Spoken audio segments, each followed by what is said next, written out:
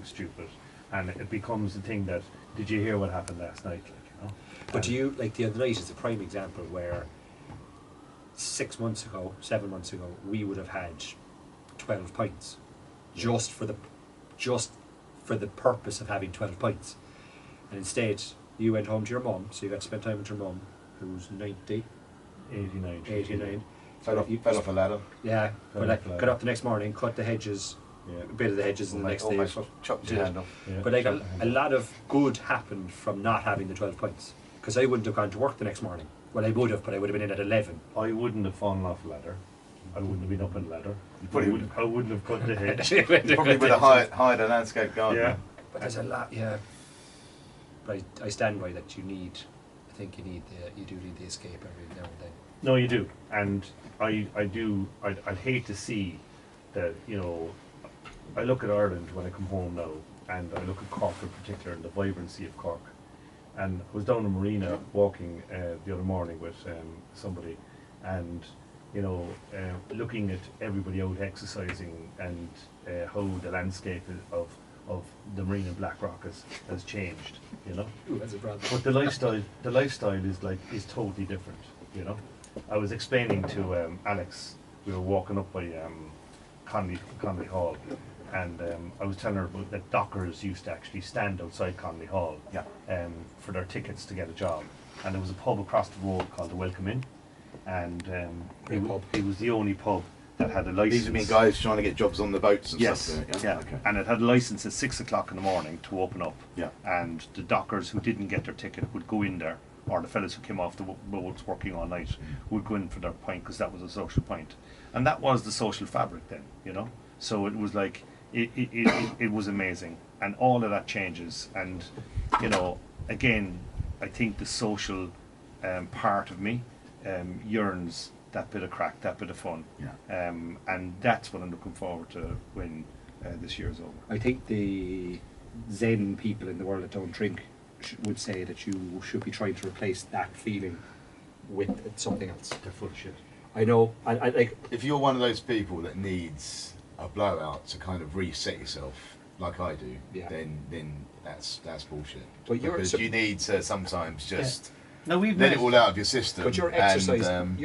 But you're exercising, because I have a buddy now that does. Exercising helps a bit.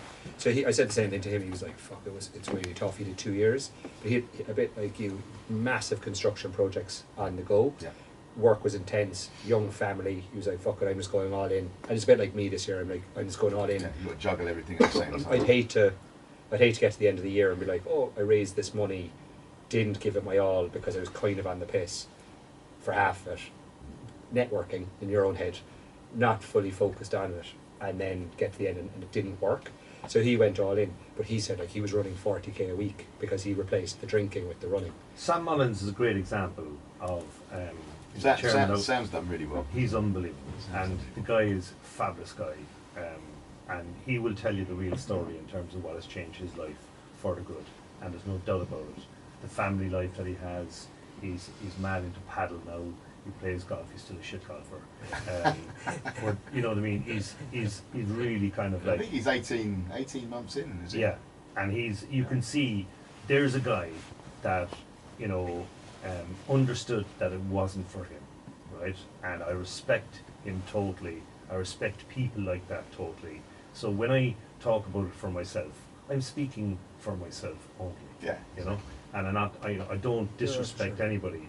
And I think it's important that if you're feeling like that, that you're brave enough to make that decision to actually knock it in the head, But that's why I wanted to go through this journey, because I wanted to understand that is this a decision, or am I forced into it?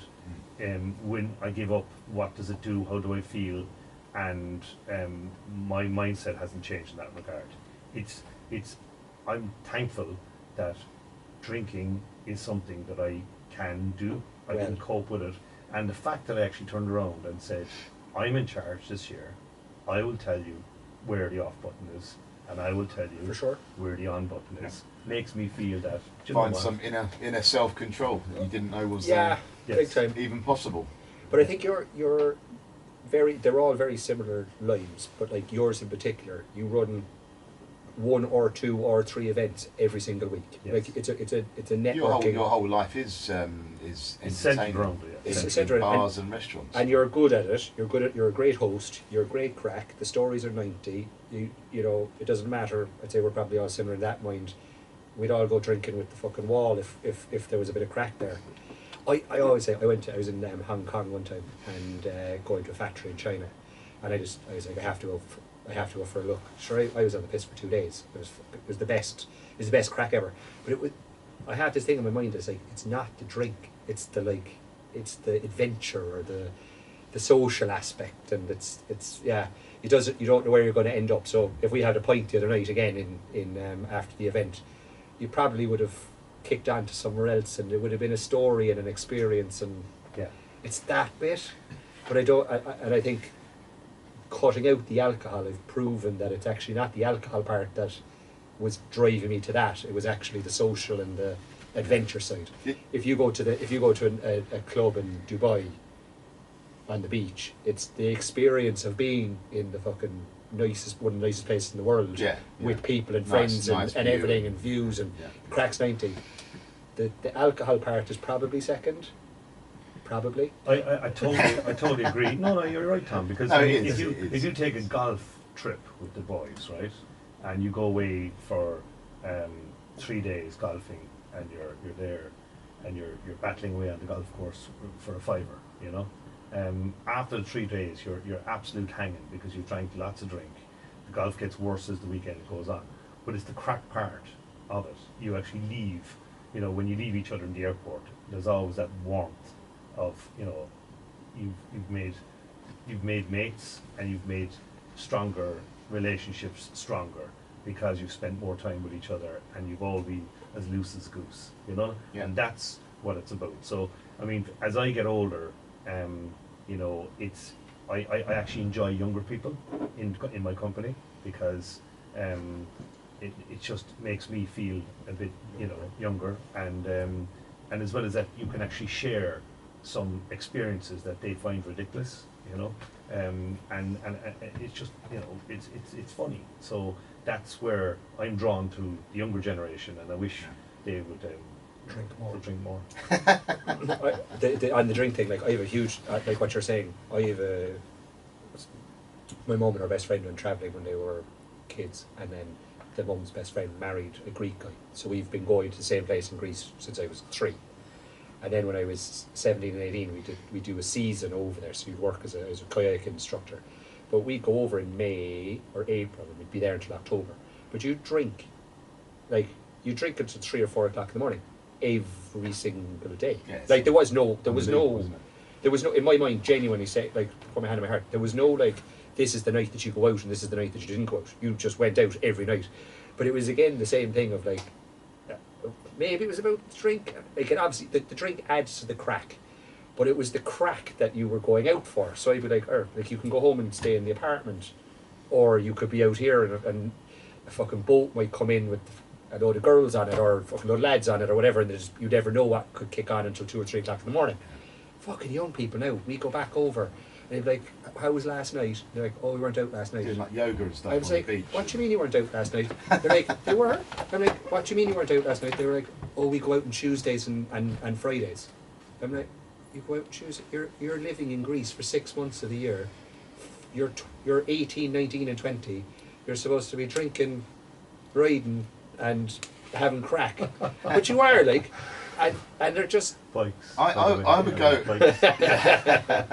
I would go away for a 2-week holiday. We were getting on so well. And I would drink every single day. So I'd go from a 4 or 5 day week of drinking, because it was just, that's what my life was. Go on a 2-week holiday and just plough all the way through drinking every single day, and thinking that was totally normal. Yeah. Probably ruined the holiday for my wife in certain situations, but that's just how. And then there's another, but then there's how the other half live. It's like, let's get up for a bicycle ride at fucking 6 in the morning. Like, let's cycle the stolen bike home at 4 o'clock in the morning. Adam, you've a real voice for radio. Oh, thank you very much. Oh, me. Anyway, we're at the 43 mark. So I suppose the point of this is just an honest overview of where we are at. But the charity we're doing it for is very important. So That's a very good cause. There's great causes for the 4 charities that we're going to do this for. The aim is to get 75,000 between the 3 of us over the 12-month period.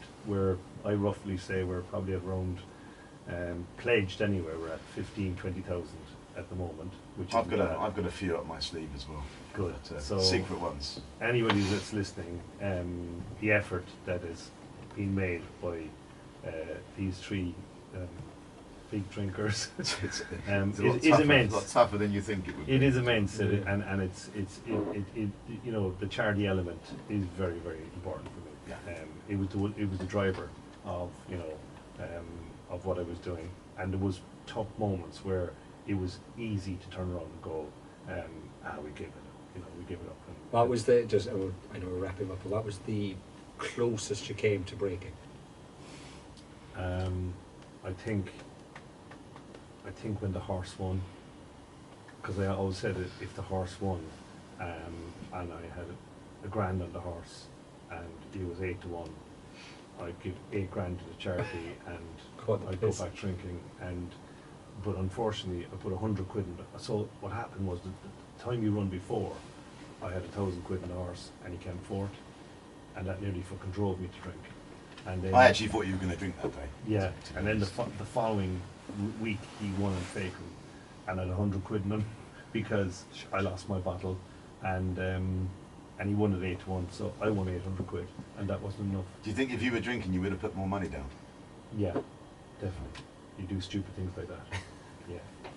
Yeah. And what about you? What's the closest you came to drink?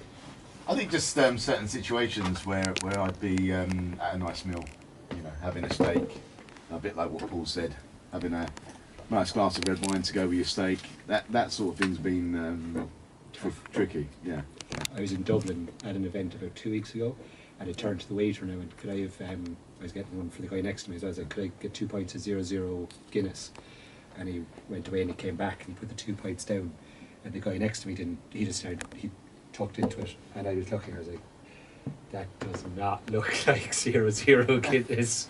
And it would have been very, very easy to just be like, just drink it. Like the guy next to me, in that glass for me. yeah, wouldn't he? Like it was a round table. Like it was a round table. The guy next to me was he was just doing 00 because he was driving. He would have drank it. I would have drank it. Nobody would have known any difference. And I did. I sent it back, and that was the closest. I was like, fuck. But it's again, it's not about the ones or twos. I think the thing that you miss is like going out, like going and having 12 pints, but having great crack while you're doing it. Yeah. That's what I miss. And feeling, yeah. I think we all miss that. But what I think we've proven as well, that we can go out on a bit of a night out now and just Survive. Yeah, just get through those nights and still have a bit of fun sometimes as well. Yeah. You have to bow out. I think the trick is bowing out early. So like that's When they go to the second place, yeah, you just turn around Yeah, and I do. leave. Yeah. That's it. and Because you're sitting there yawning and they're going turbo. Yeah. You know? yeah, Cocaine. cocaine. Yeah, that'll be next year. We'll give up the cocaine next year. Just one thing at a time. Yeah. Don't take everything off me straight away. If you're going to leave the listeners with one takeaway from your first 6 months off the drink, I don't do cocaine. I know you don't. Yeah. I know. Go on. Sorry, what am I saying? What's your one takeaway from the 6 months? I know, being very serious about it. You know, going through the experience is being an education. Adam's probably right. Even though I would think that 12 o'clock on New Year's Eve, 11:59. yeah, I'll be straight into it and with a lash of points. The reality is it probably won't, because the reality is I'll probably have changed my habit a little, but I so look forward to that glass of red wine, and I so look forward to that first one. Where will you have the first pint to Guinness? We're actually plotting that. I actually considered going to Dubai just to give me 5 hours of a kind of. We probably will be. Either Dubai or Cork. Yeah. Dubai or Cork or Dublin, Dublin, somewhere there. yeah. I'm not going to have a dirty pint of Guinness somewhere to just No. start. It's got to be quality. It's got to be a good one for the first one. What's your takeaway, Adam? In general, I think it's a good thing to have a long Sabbatical. Yeah, a long break off it. I think everyone should be able to do it sometimes. I agree. To stop altogether, I don't need to do that. I can see that I can have a period of time off it. I agree. But You said. for my business and for meeting Family. people and entertaining and these kind of things, it's something that should be there sometimes. But definitely for my family, for my children, it's a better thing that For sure. that I'm not doing it this year. Yeah, my wife says the same. I think for business, it's for everything it's double edged. Yeah. So it's like there's for and against. I'm really trying to figure out what it is that, if it's not the alcohol that you're chasing, it's like, what do you need to add into your life when you go back that gives you that escape. So for me, I've got this plan that I'm going to give if I don't have it structured, my arm will be bent any fucking time I bump into somebody. So that's my problem. So as soon as you bump into somebody and they want to have a pint, I would oblige and have the pint. So what I'm thinking at the moment is that having the calendar, the end of the month, obviously sales-wise, is important, so everybody needs to be full tilt. The first week of every month is a bit less structured because you have that breathing period. So whatever that first week of every month is, I'm going to find something where it could be like run a 10k in a different city, but it would give you that, go and stay in that city. I need sports-related targets to keep my mind But then I get bored. focused on not going to. But then I get bored. Have a drink. I get bored then with the same sport, and then I'm the same. I was like, okay, I'm a Man United fan, so I could go. Or I go and watch every Man United match. Tough times for you at the moment. Big time. I was like, will I go and watch and have the points of the Man United match? No. Will I go to the Munster match? No. But I love to go to like a different city on a bit of an adventure, and that could be a city in Ireland, could be a city abroad. Do your 10k run or your 5k run in the morning, but then have your out or your escape of 12 points after that. So, yeah. I think planning the times to do it and sticking to those and not drinking in between is probably the key to getting it right. Yeah. Next year. Your mind's completely against it. 2 years. Totally same. I'm actually thinking. This is the about most that. sensible I've sounded, I think, ever. It'll be interesting to see next year, actually, when we listen, go back on this. I'll result in it. My last question is, we're still under the hour, so good. My last question is, did you find that there was different stages of the last 6 months? Or has it just been like, it's just been difficult? There definitely has been different stages. For me, going into it, I was like a camel at the start, so I knew I was going into it, so I drank from Christmas Day right up to 12 o'clock. I did the same actually. Solid. I packed myself to 10 o'clock in the morning, I was like, to the top, get in. And then I went cold turkey, and I'll never forget that 2 weeks. I was like a camel storing it for the rest of the year. What was the first 2 weeks like? So just like shakes? Shakes. Shakes. I was a bit, I had bad stomach and sweating a lot. And I consumed some amount of sweets. Cold turkey. My sweet tooth has gone through the roof. Chocolate, yeah. Fucking hell. And then I think there was occasions like Ireland, rugby, Man United, Liverpool, that was a tough one. There was tough gigs, going to Dubai, flying on a plane for so many hours without having a glass of wine. I nearly jumped out of the plane. So I think the hard thing with Dubai is I've mastered that side of it now, though, because I fly a lot. So I just basically get on a plane now, go to sleep. That's my answer to it. take a sleeping tablet.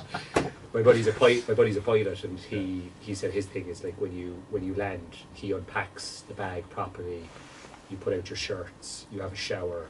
You do what you should, like what I'm guessing that the other like 60 or 70% of people do. You have so many weird friends. Yeah, but like versus you drank on the plane. Pulling all-nighters on the plane. All-nighters, but you probably haven't even gotten to the airport or to the hotel because you've ended up in the lobby of the hotel.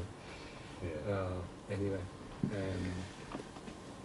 Something to look forward to. We're getting kicked out of here now. Yeah. Okay. Well, listen, thanks. Going back to the charity again one more time, right? there is at the end of this. Talk a little bit about the end of the year, the November. I just trip. that's Gonna Oh, wrap up what we're doing this year. That is going to be, so we're going to South Africa, over to Mellon Educate, to build 2 schools in 7 days. Over 500 Yeah, instruction. 450 Nice. people, and you know, it's not just about building a school, it's about you know, breaking the cycle of poverty through education and taking girls out of horrible situation in townships and doing all that stuff. So this is where the funds will be going towards Make-A-Wish Foundation, Mellon Educate, London Irish Centre, and St. Vincent de Paul. Very good. Very good. We'll see you there. So good luck to everybody for the next 6 months. Yeah. Clean living. It'd be lovely to be going for 10 pints right now. Absolutely. We should say thanks to our host, Republic of Work, for having us. Yes. Yes, Well thank done. you very much. Well done. If you could edit this and make us all sound very, very good, that'd be fantastic. what am I looking for? Take care. Thank you. What else was attached? That was sent to you already. Wasn't. Frank, spot on. There we go. It was great. Watch now and say that wasn't recording. Oh, sorry, lads. Just hit this.